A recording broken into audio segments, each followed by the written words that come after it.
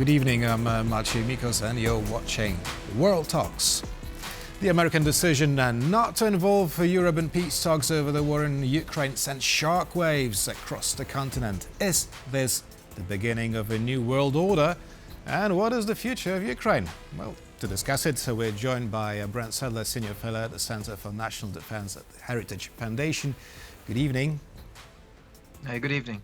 So what are your first thoughts after the Munich peace conference?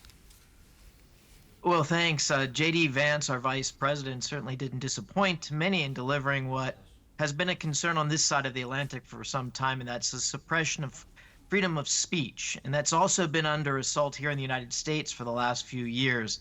I know that, and it's certainly the reaction in many European capitals was one of recoiling to that. But of course, with the focus really should be on what's happening in Ukraine and the potential to bring an end to this war, which was avoidable from the very beginning, but to bring an end to this that's actually lasting is perhaps the biggest question. I'm asking this question about the beginning of a new world order because it seems that major powers can now divide a country, exploit its natural riches, and go back to business as nothing ever happened. Is that not the impression we get after the Munich security conference and what we've heard from the American side? Well, I think it's too early to draw any conclusions as to how or where these negotiations go next. The contours, the bounds of it are still being set. And of course, both in Kyiv and Moscow, there still is a lot of fight on both sides. And until that actually comes to both the two warring sides come to a conclusion themselves, the war is probably going to continue and there will not be a satisfactory conclusion. But again, the pressure that's being brought to bear by the United States now, which has been the primary provider of munitions and weaponry, might actually be an impetus that could go either way, either more weapons quickly, a release of any restraint on Ukraine. Putin knows that is still something that Trump is very likely and has done, or also to apply pressure on Zelensky. But again, it's too early to know exactly how the contours of this are going to unfold. But I wouldn't draw the conclusion that what we see today in the last couple of days, perhaps, is that is the lesson. There certainly is a lesson in the last few years that if you don't take care of your own defense, bad things will happen. But then on the other hand, don't we have, a situation right now that the war of aggression is treated like a legitimate way to realize your political ambitions? Because, Putin is apparently not a persona non grata anymore, right? Especially for the US. So this seems already like a major victory for the Kremlin. I wouldn't go that far. I mean, sanctions are still in place. There's still a lot of pressure that's being put, and there's still very active warfighting that's going on, to include U.S. weapons being provided to Ukraine. It was Trump, after all, that began the provision of lethal assistance during his first term. I think Putin understands very well that Trump is a man of his word, and if a deal that is not acceptable to U.S. national interest, and one that I think that also supports Europe's long-term territorial security, I think you're going to see more pressure applied rather than less. There's no urgency on the part of the United States to get to a bad deal. Mm-hmm. Well, nevertheless, people are dying every day on Ukraine's front lines. Now, how to explain Washington's decision to cut Europe off the peace talks? Well, I think the first and foremost is that Putin really values and fears U.S. military force and the continued provision of U.S. assistance. Again, the vast majority of the weapons and the munitions have come from the United States. So it makes sense that the two biggest powers that are at hand, Russia, which is the aggressor, of course, and the United States, which is the predominant military backer of Ukraine, that they'd sit down first and start to sort out what the bounds and the contours are. Doesn't mean that European capitals are locked out of this. It, of course, also has a NATO aspect to the whole thing. And again, as an alliance of many nations, there will come a time when the discussion has to go more broad. But this is the very early stages. And so having it small and focused on the major power brokers, I think makes sense. Well, we've heard that at some point, European countries, as well as Ukraine, will have to be somehow involved in peace negotiations with Russia. But President Zelensky has already stated that he would not accept any outcome of these peace talks between Russia and the US. So what's the value of such meetings if in Saudi Arabia if Kiev's not ready to listen to negotiators? Well, there's certainly going to be more than, I think, the war in Ukraine on the agenda between President Putin and President Trump in Saudi Arabia. But of course, the number one item that needs to get resolved is, again, to figure out if there's a way forward.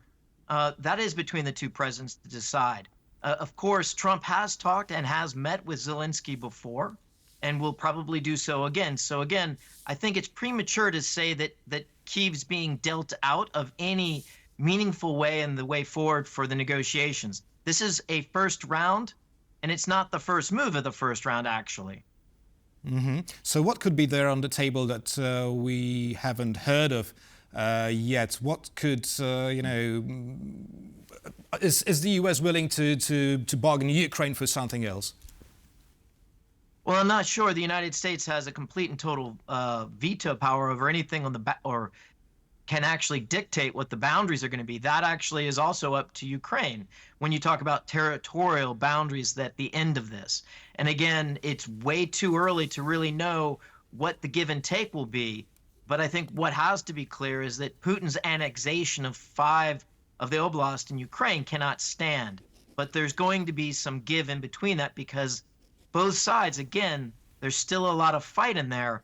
And if we want to end this war, it has to be one that's negotiated. That means both sides have to give. Both sides are probably going to take a little. Mm-hmm. Now, could Russia try to block future Ukrainian EU access, even though the European Union, as a matter of fact, is not being part of negotiations so far, and it's the Brussels we're talking about, not Washington. Yes. So, but could there be such point on the agenda? In my mind, both the NATO membership as well as the EU membership are largely immaterial to the discussions on ending the war right now because those are alliances, and that is a grouping of nations that all have a voice, an equal voice in those organizations. And so it again is really premature to try to ascertain as to what the impact would be on the EU. Of course, Putin has, and somewhat successfully, a split NATO in the past has also influenced and caused dissension in the EU. So I would be surprised if Russia doesn't try to continue that or do it again. But if the unity and if the member nations overwhelmingly want to welcome in Ukraine, there is a path forward. But again, it takes a large group of nations to make that happen. But has he already, Putin achieved his partial goal? Because it very much seems that he has divided NATO allies.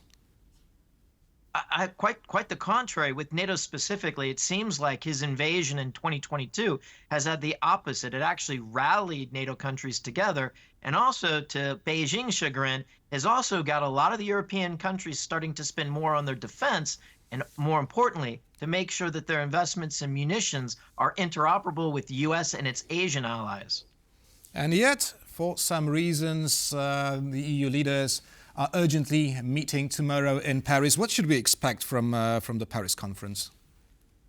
Well, I think it's worthwhile that they come together to try to coordinate and figure out what their common goals are going to be in ending this war. It's, of course, years late, quite frankly, that this war has been able to just putter on into a war of attrition without any clear vision. So it's late in coming on the European powers. It's also late in coming, but it took an election in D.C. and a new leadership to start to drive things forward. But I think it's an important meeting in Paris. I'm not sure it's going to provide anything that's going to change dramatically the contours of the negotiations at this stage, but it is important nonetheless. Can there be a lasting peace without Ukraine taking part in the negotiating process at this very moment, from the very start of negotiations? Well, I don't think Ukraine isn't a part of the negotiations. They don't have to be at every meeting and bilateral meeting with the United States on the topic in order to sort things out. And it again, this is the first move, and perhaps one of the steps in the first phase of this engagement to try to find a way to get to a lasting peace, a negotiated solution. And again, it's not going to be clean. It's going to be a little messy. And I think there's probably still going to be some escalation and violence on the battlefield before both sides feel that they have a solution that they can accept for the long term. Now, after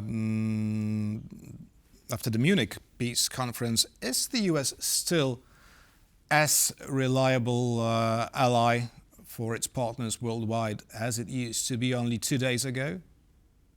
I think it's going in the trend that the United States is coming back as a very strong and forthright country, one that can be relied on once again, where its word and its military power are aligned. We saw too much a say-do discrepancy under the Biden administration. I think you're going to see when President Trump speaks, that actually carries the weight of action behind it. And I think that's already having an effect both in many of our capitals of our countries that are enemies or even our partners that are starting to see and rely more on the United States, from Asia to Europe. Mm-hmm. Leslie, I'd like to ask you about the reactions. Now, how are Americans reacting to the news that that Washington is about to enter peace negotiations with Moscow? Well, I think all Americans understand that this war has been going on for too long. Too many have died. It has been a situation where the world stumbled into it because of lack of leadership from our capital. And so the need for having strong leadership from Washington is something that Americans realize what bad things can happen when it's absent. So there's large popular support, but again, the details matter, and what happens in the months, weeks ahead are really going to determine whether or not the American public stays united in support of the direction that the White House takes. And do you understand the reaction, the initial reaction of Ukrainians? They seem rather shocked. Well, again, the President-elect Trump and President Trump has met with Zelensky, has talked to him. So I don't see it the same way, and it may be being played up by certain members of our own press here in Washington, D.C., but overseas as well, to de-emphasize the engagements that have been going on for months with Kyiv already by this current administration. And I would not de-emphasize it. I wouldn't rule that out. So I see Ukraine as being engaged. Brent Sadler, Senior Fellow at the Center for National Defense at the Heritage Foundation, was our guest this evening. Thank you very much. Thank you. And thank you for watching, and stay with us for more here on TVP World.